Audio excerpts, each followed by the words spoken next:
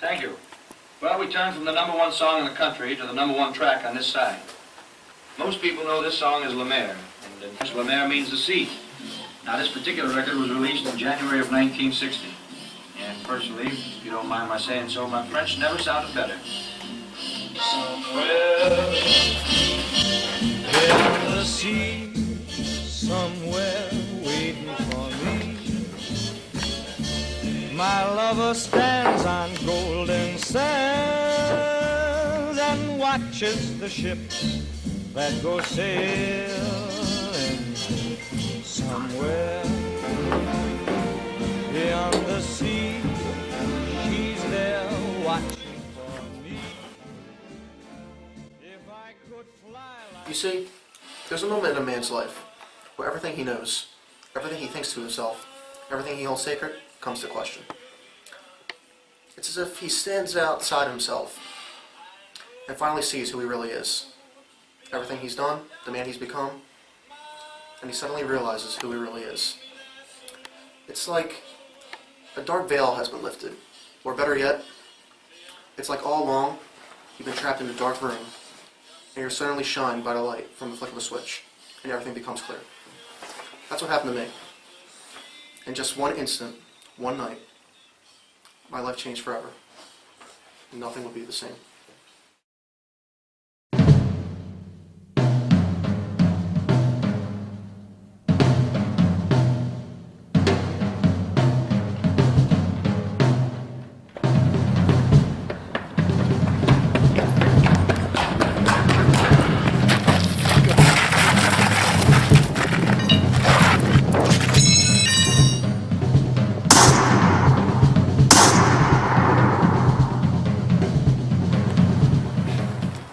This is me, Frank Salvetto, and I'm a real-life South Jersey gangster.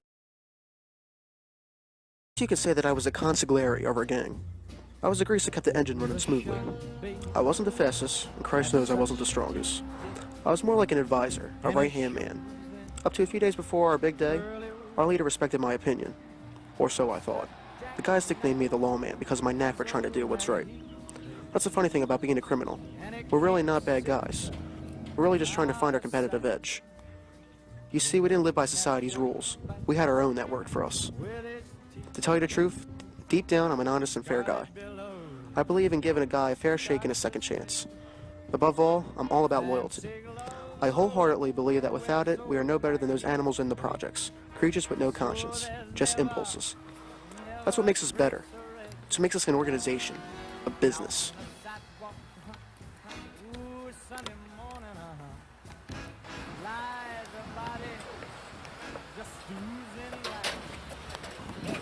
At the time, we called ourselves the Hustlers for short.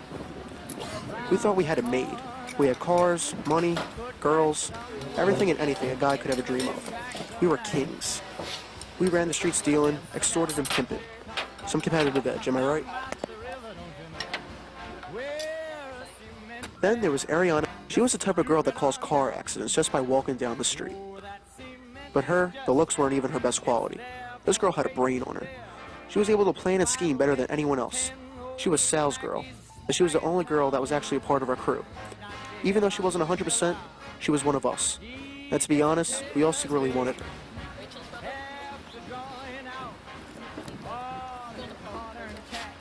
Then there was Sal. He was the leader. We all loved him. He was funny. The guy would never shut up, always cracking jokes or telling stories, but he still had his way with words. He's always telling these long, drawn-out stories and these jokes about prostitutes. A.R.N. never liked any of his jokes, but he told them anyway. He loved to tell jokes, but he could also be serious when he had to be. Personally, I loved the guy ever since we were kids.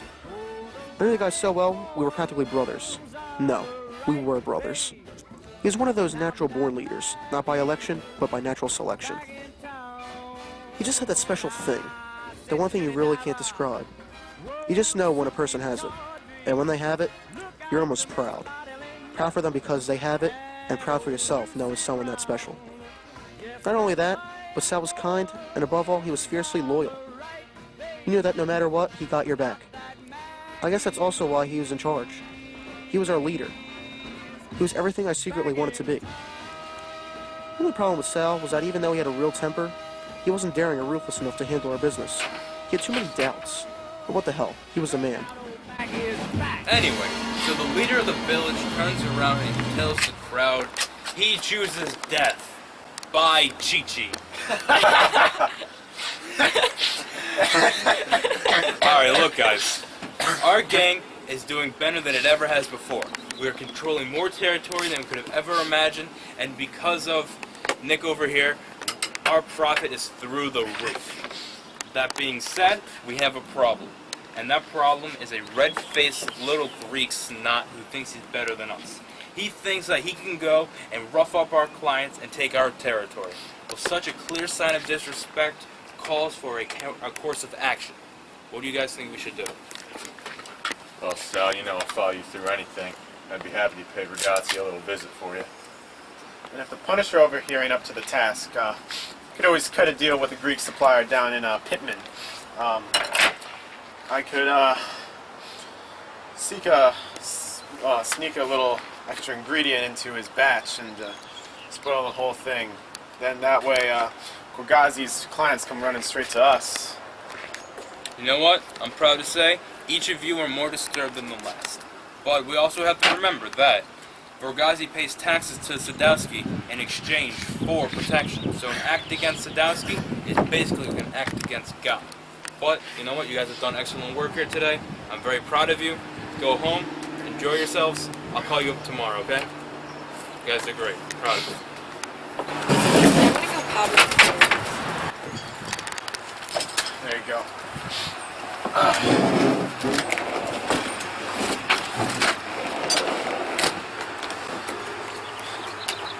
Look, Frank, you know you've always been like a brother to me. I know I'm not the easiest guy to get along with sometimes either, but you've always stuck by, and I really value what you have to say. What do you think we should do about this Greek situation? Well, Sal, that's real nice of you, but to be completely honest, I think this whole thing with Ragazzi is much more complicated than we thought. I even heard he was stepping in on Sadowski's territories the other day. Jesus Christ, this thing's turned into a giant mess. I'm already getting a bad feeling about it. Hold your breath, gentlemen. Your savior has arrived. What are you talking about? You see, I have a plan that will save your sorry little group and make us a little money in the process. Jesus Christ, this woman always talking in circles. What's the plan? What are you thinking here? Sal, honey, what do you do when there's a roach problem? What do you mean? You think we should exterminate the Greek? Jesus, Sal, when are you gonna start manning up? It's like I'm dating a 9-year-old girl. Did you just call me? Cut the raging bull act. If you don't get rid of the Greek, he's gonna see you for what you really are. A sad little man with a gun. What do you think you are? No, what is the matter with you? Are you standing on the wall, thinking, walk out down? I do the work, I do the heavy lifting. What do? You just stand and think you're all that? Stop. I'm tired of this, alright? I'm never heard around here anymore. I gotta go. I'm done with this. Yeah, walk away, big man walking away. I couldn't have been any angrier at Sal if I tried. That was the first time he ever yelled at me. The first time he ever made me feel like I was anything less than a brother to him. In that one moment, I knew I wanted to hurt him. I just didn't know how. Yeah? Look, I don't know if coming over is such a good idea right now. I was really just planning on being alone. Alright, slow down. Okay, I'll be over in a couple minutes. And don't do anything stupid, alright?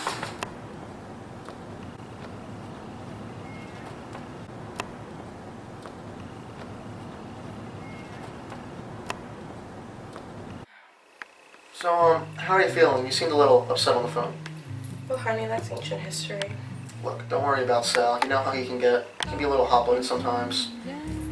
You know, Frankie, you're probably one of the best friends I've ever had. Ever since you gave me this necklace, I haven't taken it off.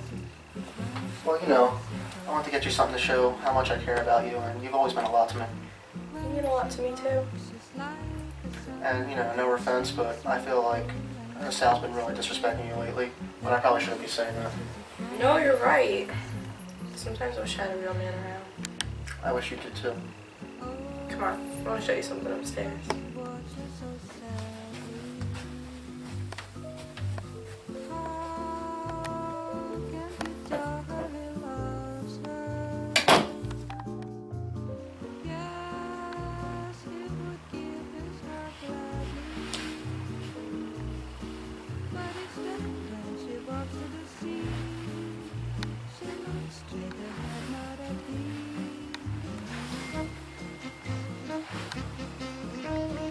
Frank, darling, I just realized something.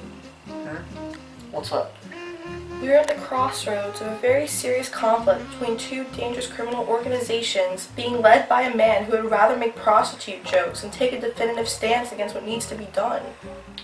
Well, yeah, but there's not much we can do. He's the boss. That's just the way it is. That's just the way it's always been. But what if it doesn't have to be that way anymore? Frank, we just shared something really special. So tell me what you want. Deep down, what do you really want? Even to this day, I don't know what made me tell her everything, but that's exactly what I did. Every single thought I had about the gang, about Sal, I spilled to her right there in that bed. I sounded like a fucking canary. I told her about how I thought we should be the ones running all of South Jersey. I explained to her what I thought about Sal going soft, that he wasn't fit to lead us in such a dangerous time.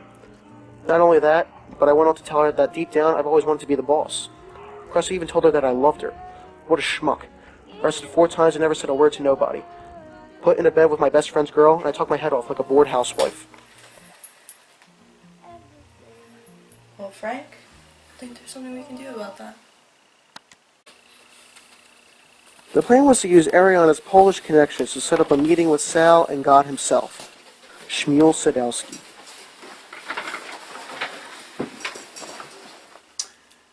Mrs. DeLuca, it's been brought to my attention that we have a mutual problem that requires an immediate solution. What do you think we should do about that? Well, I was thinking that we should... No. This is how I see it.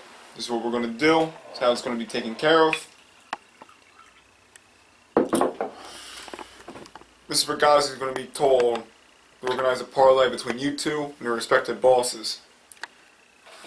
That way we can assassinate the so-called mutual grievance of ours.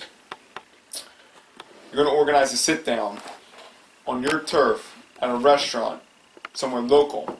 That way Mr. Vergazzi will feel safe. And our Greek friend is going to be given the word for him and his boys to come heavy. That way you guys can come with guns also. It's going to be up to them to defend themselves. That's the reason why you guys got to get in, do what you got to do, and get out of there. We're going to make it out of that restaurant alive. You understand me? Yeah, but what if I... You heard what you got to hear. You know what you got to do. One last thing. Everything that was said in this office tonight doesn't leave this office. You understand? Yes, thank you, Mr. Sadowski. Now get out of here.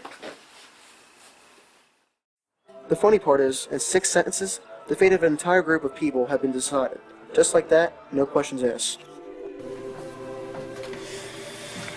And then there we were. A plan conceived by an Italian and a Pole to exterminate a Greek in order to gain control of the town of Jews. You couldn't write this stuff even if you tried. The funny part is, I've been a part of this world as long as I can remember. The things I've seen, the things I've done, they were all just a part of our life. All of this was just our thing. La Cosa Nostra. But on that night, in that restaurant, I felt something I have never felt before. Maybe it was guilt, remorse, Christ knows, maybe it was fear. Whatever it was, not even a life of crime could prepare me for it, or for what was coming next. Baby, how you doing? Where's your car? We walked here. That's too bad. There's no better feeling than driving around in a luxury car. Who knows, maybe one day if you work hard enough, you could have mine. You know, after I've already gotten a new one. I own everything you have. What's that supposed to be? I'm gonna go powder my nose. Look, why don't we just settle our differences? Excuse me. Yeah. No, yeah. Yeah, it's good money. It's good money. Thank you. Yeah. Like I was saying, why don't we just settle our differences? We've both lost good men. And we can't keep this fighting going until something escalates that can't be undone. Have you ever heard the story about the dog and his bone? What's this supposed to be? Set up as a dirty joke? Sal, you better watch out. I think your boy over here is trying to take your job. A dog, Jim the Butcher, thrown a bone, was running home with his prize as fast as he could go. While crossing a narrow footbridge, The dog sees his reflection in the water, and he thinks it's another dog with a bigger bone. So what does he do? He drops the bone and jumps in the water. The second he hits the water, he starts struggling, he begins to drown. By some miraculous turn of events, he ends up saving himself and pulling himself to the shore.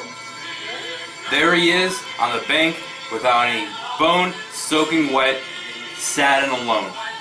In one instant, with one choice, the dog went from having everything to having nothing. Do you know why? Because he was nothing but a dirty, sad dog.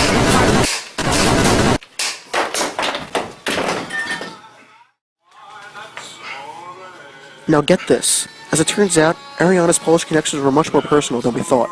The entire time, we knew she was just reporting back to him. We were all just pawns in our sick game of chess. You dirty mutt.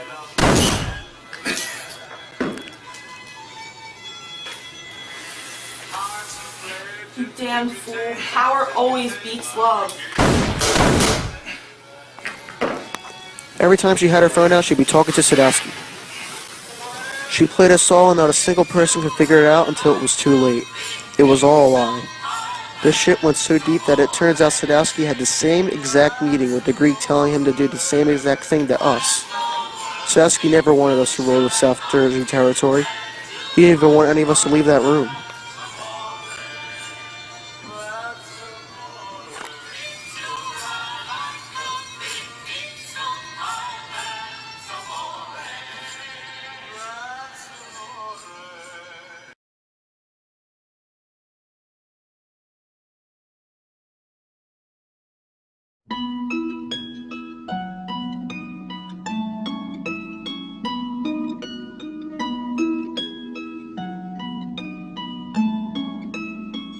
I would have given you all of my heart, but there's someone who's torn it apart, and he's taken almost all that I've got. But if you want